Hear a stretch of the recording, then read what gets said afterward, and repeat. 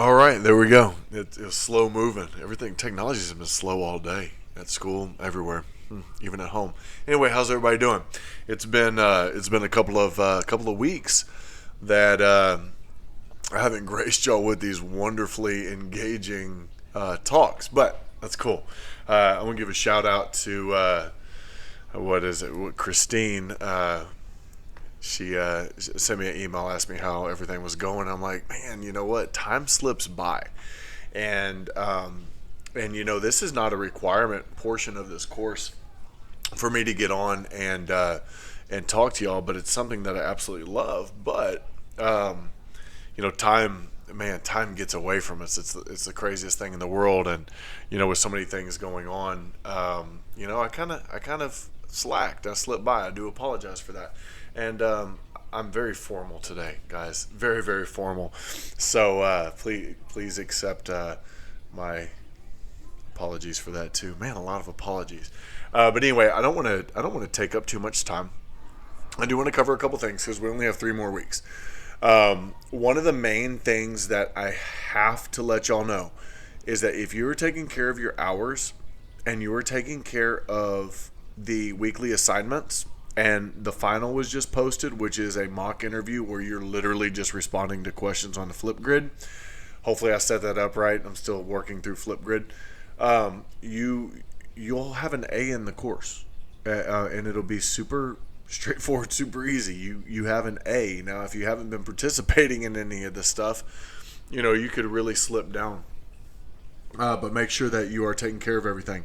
If you are lacking, I've responded to a few emails of students that are behind for whatever reason. I got behind the past 2 weeks, so for whatever reason, go back in and do the stuff. Go back into each week, do the checkpoints, go through everything, and make it up. You're not going to be penalized for it being late.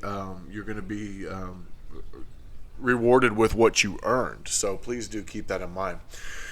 Okay, let me go through this real fast here. Looking at some questions from a while ago, and I do want to tell you, we are not going to have any more reflections because we're coming to the end, and I really want to make sure that y'all are focused on wrapping up, getting everything taken care of. We're not going to have any more check-ins from lecture. So really, I just want you to check this out. Don't respond to it unless you have a specific question. Email me, then I can address it. But we're not going to have a discussion board. I think that we've really run our course with the discussion board, and we have great feedback. But I do want to make sure that we're really focused on closing out the semester strong. Also, please, if you have not gotten with our advisor, please do that. You absolutely must do that. Trey Medley, make sure that you check your email.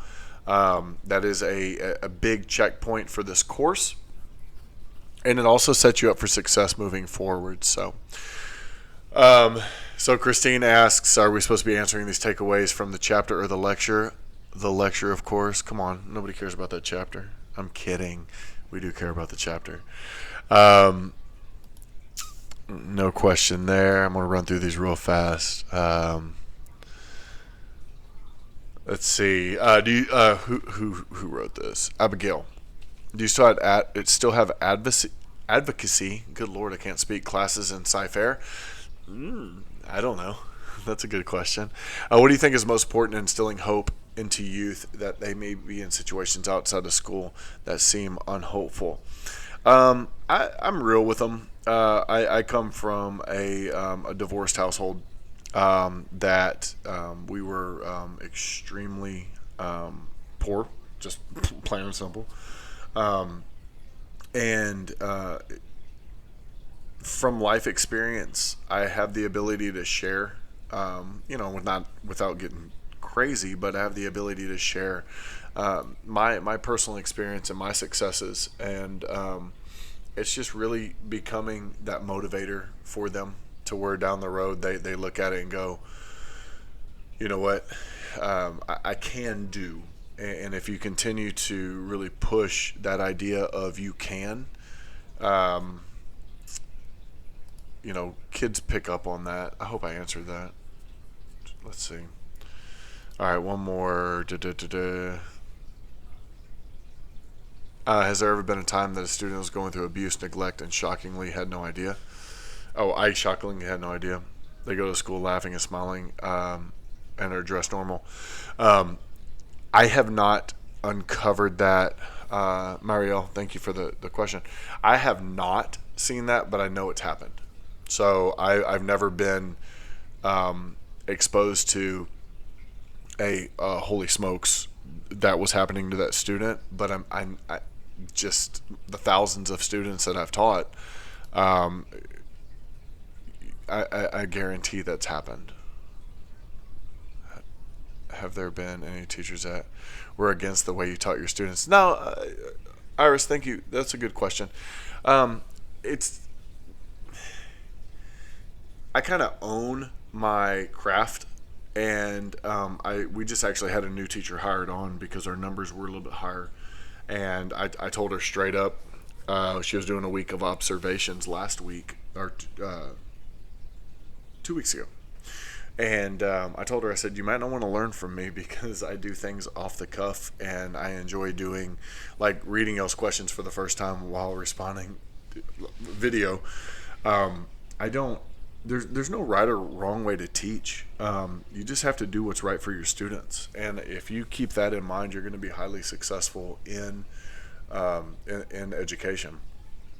If no matter what you walk in every single day and you're focused on what is right for your students, then you're way ahead of the curve. Mariana says, when having conversation with students regarding suicide thoughts or substance abuse, should you ever give your own experience? Maybe not exactly has to do with you, but someone close to you. I would not touch that with a 10-foot pole.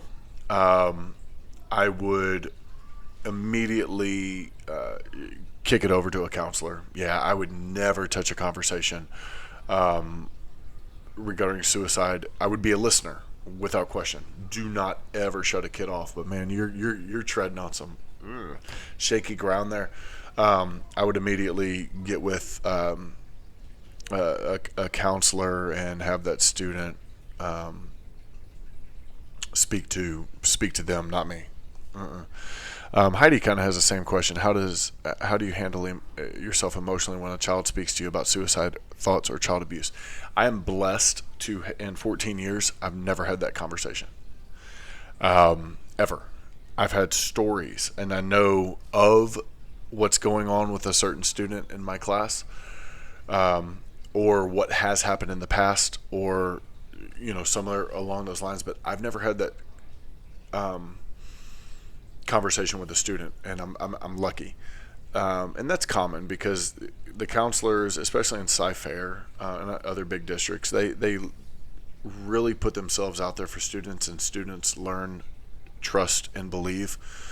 But knowing it emotionally, I have to check those emotions at the doors. I can't take it home, and I can't come in with preconceived thoughts, and I just have to give all my kids everything positive, focused, motivated, basically love throughout the day, and that's where I have to keep it and leave it. Y'all are asking me tough stuff. Jeez. Destiny, what can teachers do to better help students when suffering from suicidal thoughts? Listen, direct them in the right direction, and be a positive force in their life, letting them know that you care insanely deeply about them. And if you don't care insanely deeply about all of your kids, reconsider being a teacher. That's a good question to end on, right? Yeah, reconsider being a teacher, because you're the advocate, like we talked about before.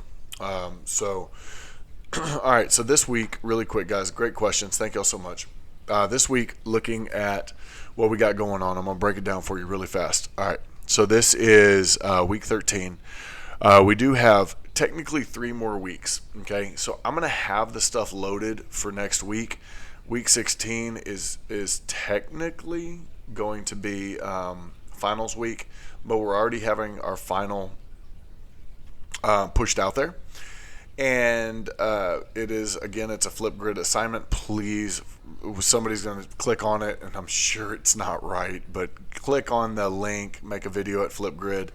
I'm going to put a lot of weight into this idea of the final exam because I do want to see you and your response, and not a dog and pony show, but from the heart, right? I want you to be able to really speak from the heart on your philosophy and what do you actually believe about teaching. And what I used to think about teaching philosophies was that I have to say all the power words and I have to say all of the words that people want to hear. And that's not really true. It really truly has to be from the heart. And if I speak on something like education that I'm extremely passionate about, I really have to go, the things that I tell y'all, I really have to really pack it into a small ball that encompasses everything I believe, and that's what I want to see y'all strive to attempt to do. You have a couple weeks to get the final exam done, the mock interview done. So don't think that you need to rush it in this week, okay? Identify one of the realities. 12.3, write about your thoughts. International comparisons, page 378. In fact, you know what I'm going to do with that? Here's what I'm going to do. I'm looking at it right now, guys. I do apologize. I'm going to go ahead and take that out. I don't want that. Okay? Pardon me. Literally, I just want y'all to go ahead and I'm going to take this out too. This is live adjustments to our assignments. Isn't this good? I'm going to take this out. All right. Boom. That was fun. All right, here we go.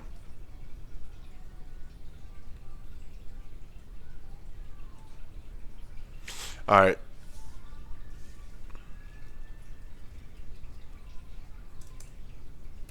All right, cool. All right, so y'all need to do the final mock interview. If you're reading Team Human, keep it up. Cool, it's a good read. Looking at this lecture, and then make sure your field work is complete. That's what y'all are summed up to this week. So just look at that update. All right, so real quick, looking at this week and the idea of professionalism, I'm not going to take too much of your time. Let me look at my time really fast. 13 minutes. I get this in. Watch. All right.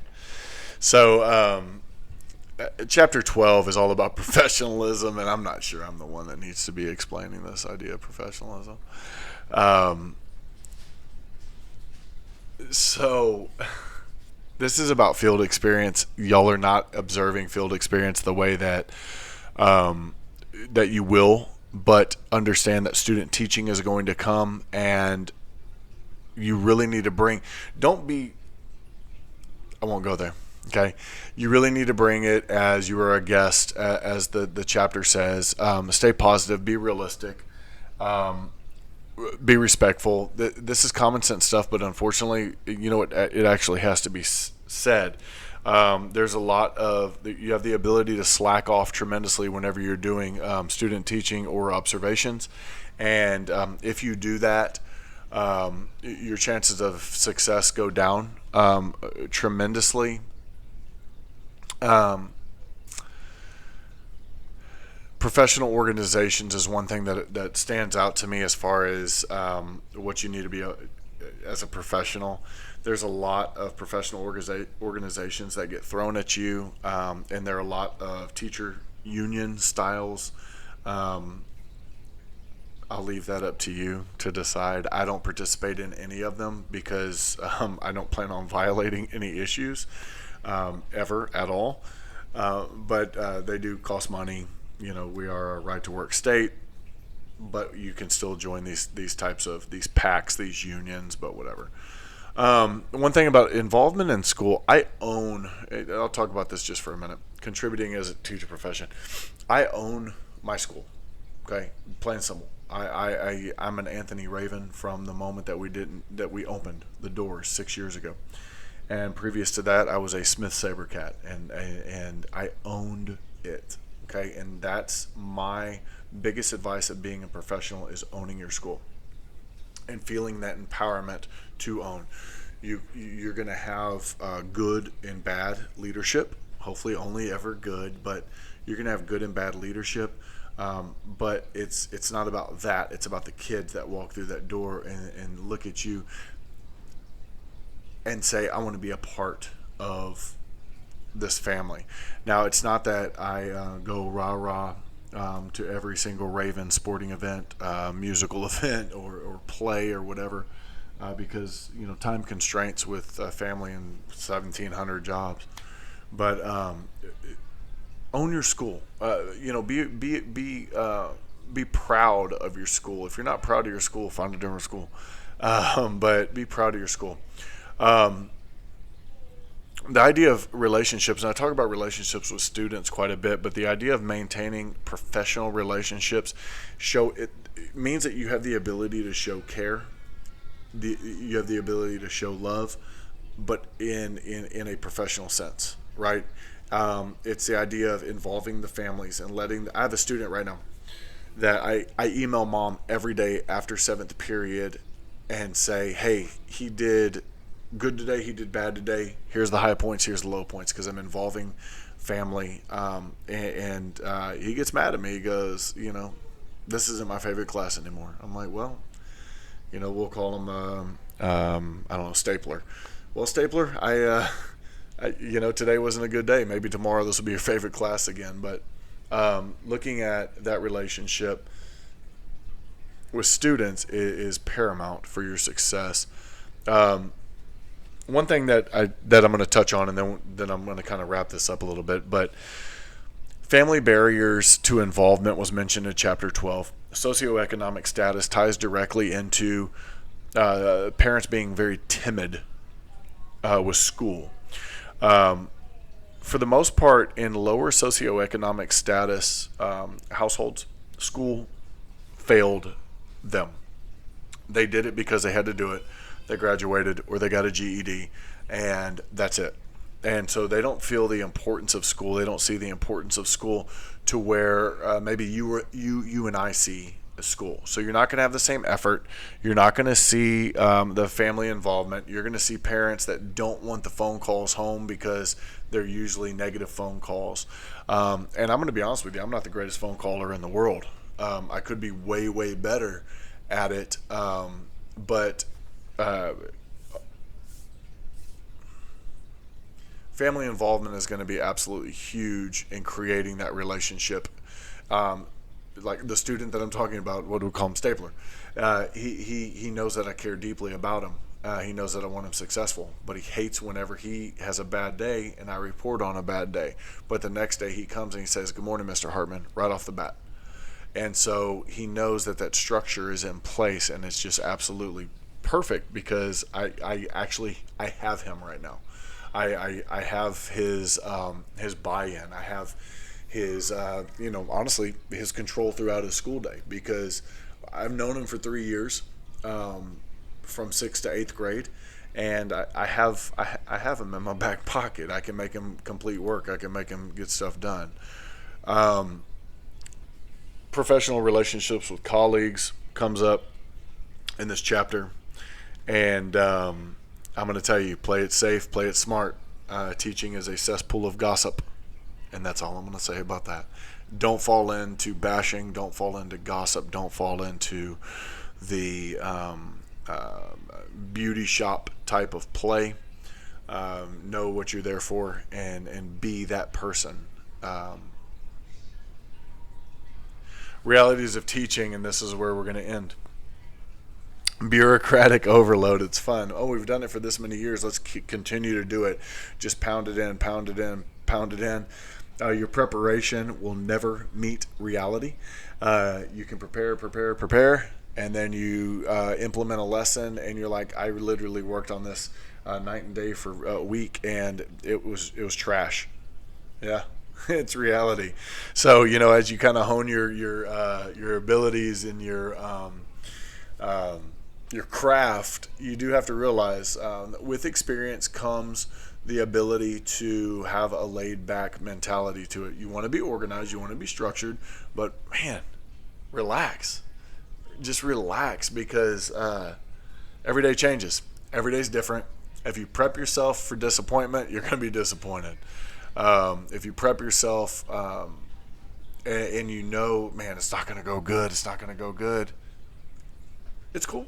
It's probably not going to go good, but it will go good for some classes. Boy, I tailed off on that one. I don't know if that makes a whole lot of sense. I'm just going to leave that one there for a little bit. Classroom management will always be a huge issue. And this is not a classroom management class. It's not a pedagogy class.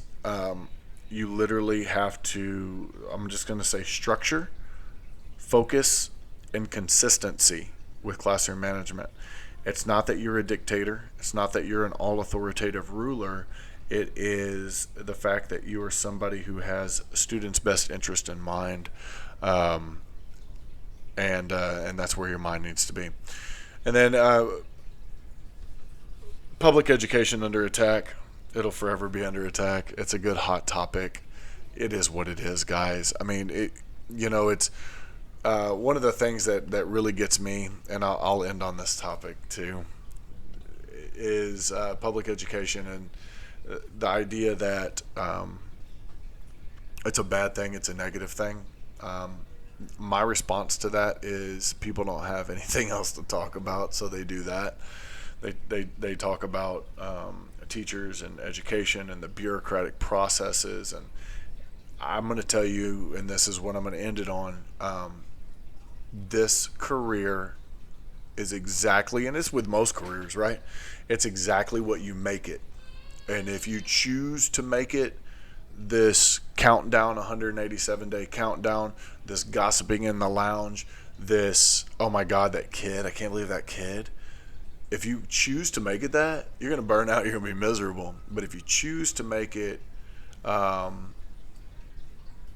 positive, focused, you know the task at hand, you know that you can create relationships with individuals who are going to remember you years after you're long gone, and they're going to be able to sit back and thank you, even though you may never know.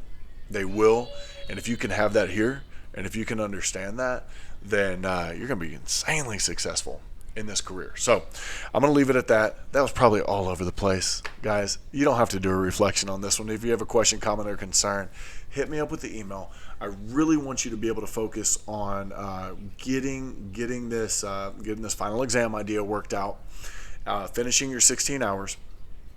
I know some of y'all, we did some hybrid type of modification type of stuff.